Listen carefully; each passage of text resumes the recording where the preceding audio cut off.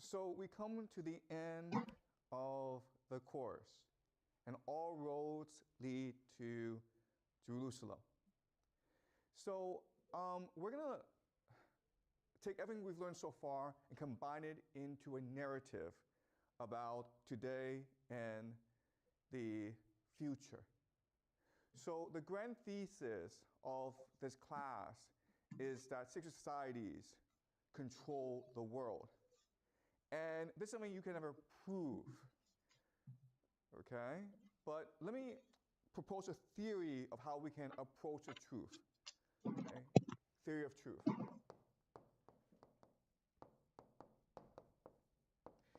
If you have a theory or an idea or a narrative, and it does these three things, then it approaches the truth.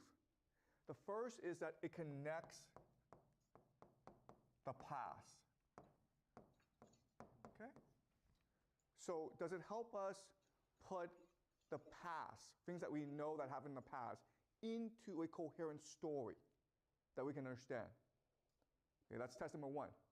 Test number two is it explains the present. Does it help us better understand the world we live in? Okay? And the last and the most important is predicts the future. From this narrative, we should be able to make certain predictions about how events should develop. And if these events turn out to happen the way we predict, then we can be more sure that our theory of truth is correct. Now, let's be extremely precise. Just because things turn out the way that we predict doesn't necessarily mean that our theory is 100% correct, okay? Because it's really important to understand that correlation does not necessarily mean causation. Okay? So that's a caveat. No matter how well we predict the future, it doesn't necessarily mean that our theory is 100% correct. But our theory gives us a model to understand the past, the present, and the future. Okay? So with very little evidence, I'm going to present to you a theory about how the world works, a story about how we got to where we are. And again, this is speculation. Some will call this conspiracy theory. And this is just meant to be a fun class. So take what I say with a grain of salt, okay? Ask good questions, doubt what I say. But what I'll show you is that this theory, even though it doesn't really make much sense and you may not believe it, it does help us connect the past, explain the present, and predict the future, okay? All right, so without further ado, let's go into this theory. So you remember Jacob Frank, who founded the Sabbatean Frankist movement, okay? And he will convert to the Catholic religion, and he will encourage his followers to also follow him into the Catholic religion and also to infiltrate secret societies. One of his friends, one of his patrons, is Mayer Rothschild, who is founder, of course, of the Rothschild banking dynasty, which we discussed last class. He will introduce Jacob Frank to another person named Adam Weishaupt in Bavaria, okay, in present-day Germany. All right, now Adam Weishaupt, he is actually a former Jesuit, okay? So he's a member of the Catholic Church. He's also a Jew, okay? And again, we don't have any evidence that these three actually know each other. But this is a theory, all right? So let's assume they knew each other. What they will do together is create a new organization called the Illuminati. Oh, they know each other. And this organization is what controls the world, the Illuminati. Now, there is a legend that Adam Weishaupt, after he created the Illuminati, he encouraged his followers to infiltrate another organization called the Freemasons.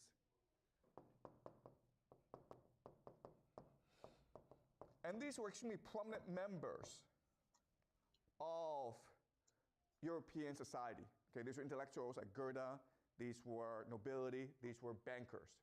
And so this is the framework that controls the world, okay?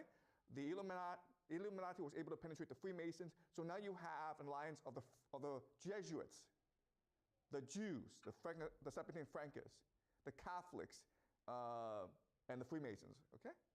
And so this is the alliance of secret societies.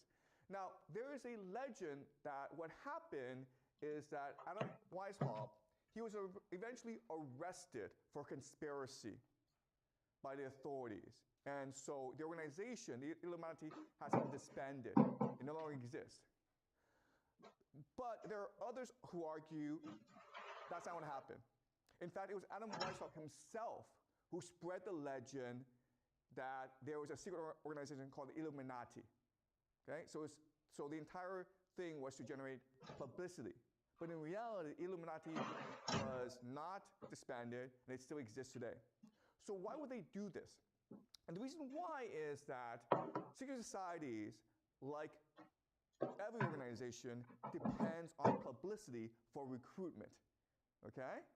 So it's free publicity if you read in a newspaper that there's a secret organization that's trying to conquer the world and which the authorities don't like. Then a lot of people will be like, how do I join this organization? Right? And that's what happened. Right? So the irony about secret societies is they have a structure, which is like a triangle, okay? At the very top is the leadership. This leadership is secret. You don't know who they are. You don't know what they do, okay? But they usually come from very noble families. We call these the 13 families, okay? Then at the very bottom are just the public members. And they think that what they do is just good stuff, okay? So the Freemasons, they actually don't know what the leadership does. The key is the middle management, these people, okay? These people are the ones who do all the work. And these people are selected for ambition. In other words, for power, they're willing to sell their souls. All right? Okay. So when you have different secret societies together, a major problem that you have is coordination. And the idea here is you have different leaders, and how do you get them to work together?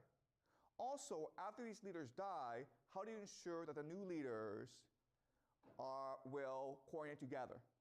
And the answer to this problem is the idea of eschatology. Okay, we'll discuss eschatology. But eschatology comes from the Greek word eschaton, which means the end. So eschatology means your understanding of how the world ends, of how to create paradise on earth. And what I will show you is that even though these different groups have different eschatologies, there are convergence points which allows them to work together. Okay? So let's go over the major eschatologies. And remember, what's really important to understand is that these eschatologies are often secret. They sometimes change, and the details will be different. So I'm going to present to you more or less a general understanding of different eschatologies, okay? So let's start with the easiest, which is a Jewish eschatology. What do the Jews believe? Well, the Jews believe that because they disobeyed God, because they worshiped false idols, because they sinned, they were expelled by God from their homeland, Jerusalem, to wander the earth, which creates the Jewish diaspora. But eventually what will happen is that a Jewish Messiah will emerge to take the Jews back to Jerusalem, okay? And he will reconstitute the nation of Israel. He will recreate Israel, and then he will rebuild Solomon's temple. Why? Because Solomon's temple is where God lives, and it is where the people of Israel make sacrifices to Yahweh in order to show their devotion to Yahweh. So Solomon's temple is really important. There will be something called the War of Gog and Magog, where basically the entire world unites against Israel. Okay? And the war of Gog and Magog will be led by the Antichrist, the anti-Messiah, the false prophet. We don't know what Gog and Magog represent, okay? What the Bible says is these are people from the north, but that could mean anyone. And certain Jewish scholars have interpreted Gog and Magog to represent Russia and Iran. Okay? This is important because of what's happening today. Okay? But of course, when it seems as though the enemies of Israel, Gog and Magog, when it seems that they are about to win, God will intervene and ensure that Israel wins. And this will usher in something called the Messianic age, when Israel becomes the most dominant nation on earth, when it becomes the light of nations, when it becomes the light of the world. Okay? Does that make sense? So that is the Jewish eschatology. And most Jews believe this. Then you have the Frankists. Okay? And the Frankists, Sabbatine Frankists, they make important changes to this eschatology. Okay? The first important change is the Jews believe that the Messiah will come when the time is right. So most rabbis believe that the Messiah will come in the year 6000 in the Jewish calendar, which is about the year 2040, 2040 in our calendar, which is about 200 years later. Okay, so still a long time away. But the Frankists believe that the Messiah has already come, right? Sometimes Zevi, and then you have Jacob Frank. So they believe that, first of all, the Messiah is already here, okay, which means that the war can start. Second thing that they believe is that you don't wait for God to intervene. You can accelerate the Messianic age by sinning, right? Because by sinning, what you're doing is you are defying Satan. It's Satan who created this world. And by sinning, you're defying his laws, you're defying his authority, and this will create more chaos, and you will reveal how evil this world is. You'll accelerate the collapse, okay, which will force God to intervene. And then during the Messianic age, what will happen is material pleasure. Okay, so rather than everyone being spiritually pure, we'll have a lot of sex. We will have feast. We will live forever. Okay? That's a Frankist interpretation of this eschatology. Okay? Does that make sense? Then you have the Christian Zionists. Okay? The Christian Zionists. I'll explain who the Christian Zionists are later on, okay? But what the Christian Zionists will do is they will take this Jewish eschatology but interpret it in a Christian context, okay? So for the Christians, they believe that, yes, all this will happen, okay? The Jews will establish the Messianic age. But this is really the Antichrist system. Okay? The Antichrist, who is the Jewish Messiah, will establish a world government that will dominate the world. And he will establish something called the Mark of the Beast. Mark of the Beast is basically digital ID. Okay? So just think of a microchip in your forehead or wherever that, and so you can be tracked, you can be monitored. Okay, so basically an AI surveillance system. Okay, so this is what the Messianic age of the Jews will look like, but it's the Antichrist system. And eventually what will happen is that the people will rebel against Israel, and this will lead to something called the War of Gog and Magog. Okay? And when it seems as though Israel is about to be defeated in the battle of Armageddon, okay, what will happen is that Jesus will return. Jesus will return, second coming, and he will take all the Christians to heaven. It's called the rapture. And then he will kill a third of the Jews, a third will convert, and this will usher the Messianic age, okay? So this is the Christian interpretation. It's called Christian Zionism.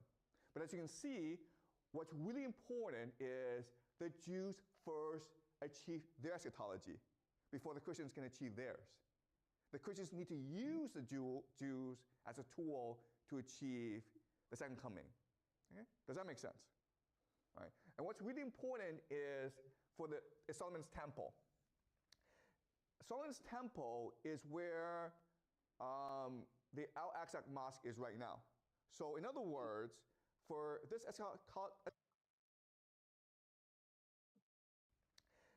Solomon's temple is where the Al-Aqsa Mosque is right now. So in other words, for this eschatology to happen, you will need to destroy the Al-Aqsa Mosque, which is the third holiest site in the Islamic world. And you can imagine how angry Muslims will be. And this might initiate the war of Gog and Magog. Okay? Another important thing about this eschatology that's really important is you need the Jews to return to Israel. And how do you get the Jews to return to Israel? Anti-Semitism. Okay? So not only do you have to destroy the Al-Aqsa Mosque, which is, not very nice, but you also have to promote anti-Semitism around the world to force the Jews to return. That's another part of this plan. Okay? As you can see, this is not a nice plan. It causes a lot of death, it causes a lot of suffering, causes a lot of persecution, but both Jews and Christians believe that for the Messianic age to come, there has to be an age of tribulation, there has to be the Antichrist, there has to be the war of Gog and Magog. Okay, there has to be Armageddon, basically. All right, so is this making sense? Okay, this is again, the eschatology, which is a script, which is a plan that these societies must implement in order to achieve heaven on earth. The last people I want to talk about are the Freemasons. Okay, the Freemasons believe that they are, the Freemasons believe that they are of the Enlightenment. Okay, Freemasons. And they practice a new philosophy called deism. What makes deism different is that it's an Enlightenment philosophy. So the idea is that God did create the world, the universe. That's why we are here. But then God left. And now, because of free will, free choice, we can do whatever we want. Okay? And our mission is basically to achieve godhood through science, through open debate, through rational thinking. And what are the signs of godhood? How do we know that we become God? When we're able to do three things, okay? The first thing is to warp reality. Okay? To basically manipulate the essence of matter. And we've been able to do that because of something called the nuclear bomb. Right? So we've achieved that. So in other words, the nuclear bomb was a Freemason project to achieve godhood. But not only that, after they achieved the nuclear bomb, they had to use it to show that they are God, right? Because as we discussed before, at the end of World War II, the Americans were firebombing Japan. The war was over. They didn't have to drop the bomb, but they dropped the bomb in Hiroshima and Nagasaki. Okay? That's number one. Number two is they need to kill a king to show that they are God. Because the king is divinity, right? God gives birth to kings, only gods can kill a king. And who did they kill? JFK. Okay, again, this is conspiracy theory, okay? And the third thing which a God does is create life. Okay? And this is something that they haven't done yet. We're going to imagine what this is. This is AI. Okay? So these are the three missions of the Freemasons. And they've achieved the first two. They've warped reality by creating a nuclear bomb. They've killed a king, JFK. And the third thing they want to do is create life, which is AI. Okay? In fact, we can also guess where this AI will take place. Why? Because let's look at a map. Okay? Let's look at a map. This is the equator. 33 degrees north of the equator are 4 places. Okay? Now 33 degrees is very important in Freemasonry. There are 33 degrees in Scottish Rite Freemasonry. It's a very sacred number. All right? So 33 degrees north of the equator, you have 4 places. The first place is Trinity Site, New Mexico in America, which is where they tested the atomic bomb. Okay? You go over across the Pacific to Japan, 33 degrees north is Hiroshima and Nagasaki.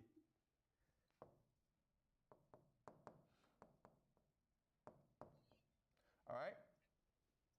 33 degrees north in America is Dallas, Texas, where they killed JFK. So the last mission of Freemasons to achieve their vision for the world is creating AI, right? Now the question is, where would they do it? And the answer is 33 degrees north of the equator, right? And where's that? Jerusalem. So this is the end game, guys. The Freemasons will create artificial intelligence in Jerusalem, and this will become the world government. Again, this is just conspiracy theory. Don't believe this. This is just for fun, okay? But if it happens like this, then that's interesting, okay? But that is the grand plan, to create a world government in Jerusalem. And what's the center of this world government? Solomon's Temple. Because the Freemasons believe that their founder was the one who created Solomon's Temple. So by recreating Solomon's Temple, you close the circle, okay? So again, this is very complicated, and I don't want to get too many things wrong, but this is the general gist of it. And so what we can see is that all roads lead to Jerusalem. Now that is the case, okay? Then this helps us understand certain things about the world that otherwise don't make any sense. All right, so let's go over them. The first thing that doesn't make any sense is America's war on terror. Yes, I understand that America was attacked on 9/11. I understand that. But why did that go attack Libya and Iraq and all these other places that have nothing to do with Al-Qaeda? Okay? And the answer is they're trying to create something called the Greater Israel Project. They're trying to have Israel become Pax Judaica, the grand power in the Middle East, because that's important in all secret societies. Israel must become the dominant power in the Middle East, okay? So this helps us understand why the War of Terror happened the way it did. That's number one. Number two is, right now, America is threatening to attack Iran. Why would they do that? Because in order for Pax Judaica to come into being, Iran must be taken out of the equation. Iran must be destroyed. Then if that were to happen, there would be no challenger to the power of Pax Judaica, okay? Does that make sense? All right? The third thing is Silicon Valley and AI. So right now, you have AI, ChatGPT, which doesn't really do anything, okay? It makes cool images on your computer and helps you cheat in school, okay? That's about it. It doesn't really do anything else. And if you don't go to school, then you're like, why am I using ChatGPT? Okay? And you're not going to pay a lot of money for it. So AI, it's a dead end. But at the same time, all around the world, everyone's spending billions, trillions of dollars on data centers, right? So everyone's putting money into AI. But then you're like, well, how can you make money off that? If you think the answer is for you to use AI, well, it's hard to make money off that. But if the answer is to create an AI surveillance state, that makes a lot more sense, right? So what is a surveillance state? Very easy, guys. We have it in China, okay? It's digital ID and digital currency. And the idea is that everything you buy, everything you do will be tracked. And so they can create a profile on you. This profile will tell the government who you are, how you behave, what you think. Not only that, the government can also manipulate how you think, how you behave, okay? And this is, of course, called the mark of the beast, right? And so that's what Pax Judaica is. Pax Judaica is a global AI surveillance system. Okay?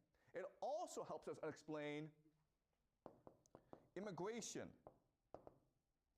in Europe, okay? Because the war on terror, you've sent these millions of refugees from Libya, Syria, Afghanistan, Iraq into Europe, which is causing a lot of conflict in Europe. Why would that happen? Well, for Pax Judaica to come into being, you need to destroy the world, okay? So I'm not saying this is true, but I'm saying that if the goal is Pax Judaica, it does help us connect the dots. It helps us explain why things are happening the way they are, okay? Also, the last thing is anti-Semitism, okay? So you may have noticed, if you're online, people don't like the Jews. And this is like out of nowhere. After October 7th, you have anti-Semitism over the internet. Now, I have criticized Israel before, okay? But anti-Semitism is not the same thing as anti-Zionism, right? Zionism is the belief that Israel is a chosen people and the promised land and all that, okay? But Judaism as religion, it's perfectly fine. So why would people not care about the difference between anti-Zionism and anti-Semitism, okay? And you can argue it's all purposeful because remember, the part of the plan is to force the Jews to return to Israel. That's very important for this plan to work out, okay? It's key. That's why you are seeing so much anti-Semitism around the world today. Okay? And the last thing, of course, and this is something we'll discuss, is something called the red heifers. So red heifers are red cows that are perfectly genetically modified. And you need the red heifers in order to, you have to sacrifice the red heifers to purify the ground in order to reconstruct the Solomon's temple, okay? And guess what? They've already sacrificed the red heifers. So it seems as though everything is in place. All right? They're moving towards Pax Judaica. All right. So let's discuss what will happen in the short term and in the long term if Pax Judaica really is the end goal, okay? So right now you have Israel fighting wars everywhere, okay? The main enemy right now is Iran.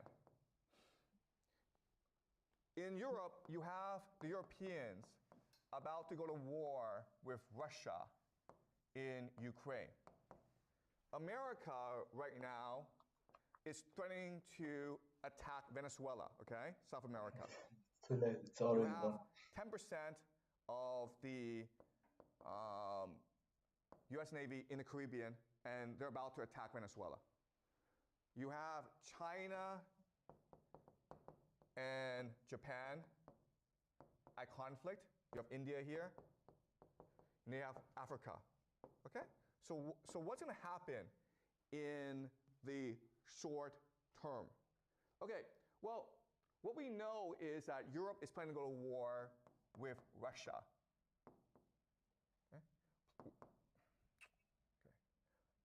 Europe is about to go to war with Russia, okay?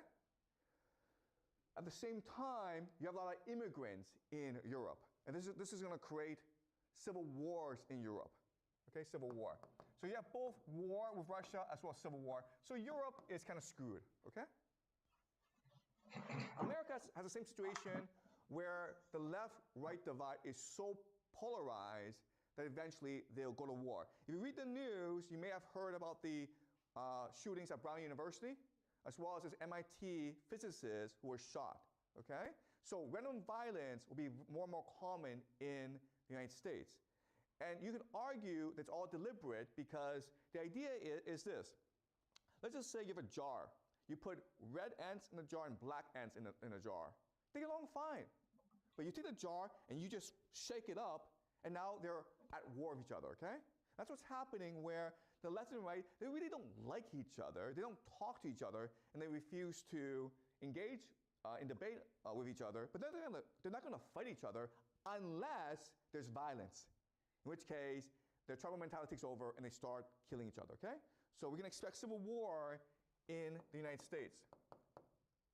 Then you're going to have the Americans start to attack Venezuela and possibly other countries in South America.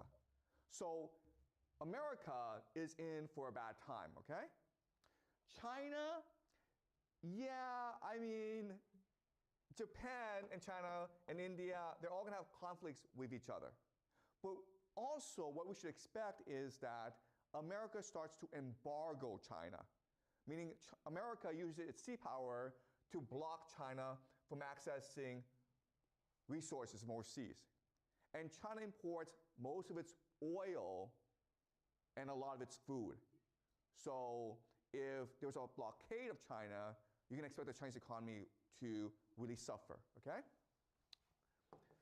All right, and then what we can expect to happen is America at some point will go to war with Iran, and this will destroy both countries, okay? Iran will not lose this war, but it won't win this war either because America is just gonna bomb the crap out of Iran. It's just gonna send Iran back decades. But America will lose this war, but this is important because if America loses war, it's forced out of the Middle East. And once it's forced out of the Middle East, all its military assets goes to Israel, which creates the Pax Judaica. Yeah, does that make sense, guys? That's the plan. Okay, now you have Pax Judaica. And what Pax Judaica will do is start to control the world.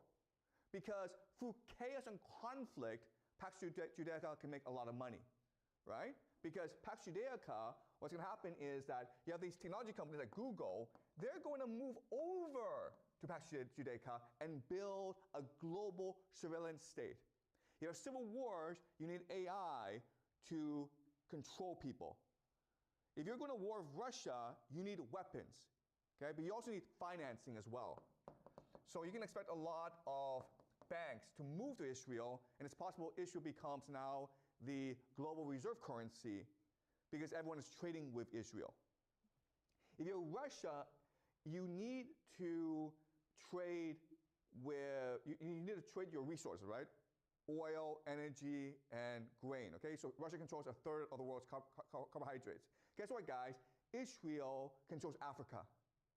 So what will happen is that Russia and other countries will sign a trade agreement with Israel, and Israel becomes the center of global trade.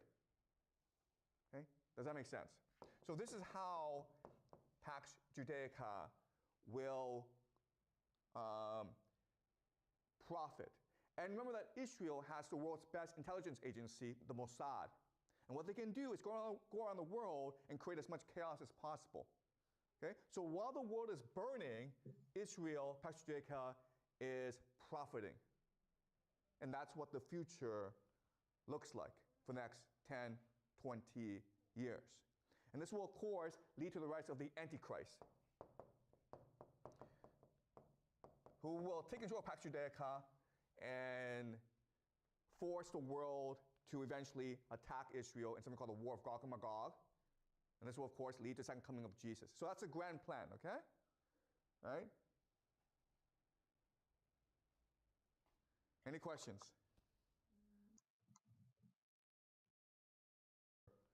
Looks like.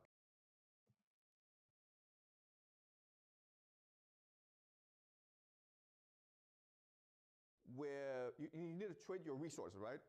Oil, energy, and grain, okay? So Russia controls a third of the world's carbohydrates. Guess what, guys? Israel controls Africa. So what will happen is that Russia and other countries will sign a trade agreement with Israel, and Israel becomes the center of global trade. Okay? Does that make sense? So this is how Pax Judaica will profit. And remember that Israel has the world's best intelligence agency, the Mossad. And what they can do is go around the world and create as much chaos as possible. Okay? So while the world is burning, Israel, Pax is profiting. And that's what the future looks like for the next 10, 20 years. And this will, of course, lead to the rise of the Antichrist, who will take control of Pax Judaica and force the world to eventually attack Israel in something called the War of Gog and Magog. And this will, of course, lead to the second coming of Jesus. So that's a grand plan, okay? All right?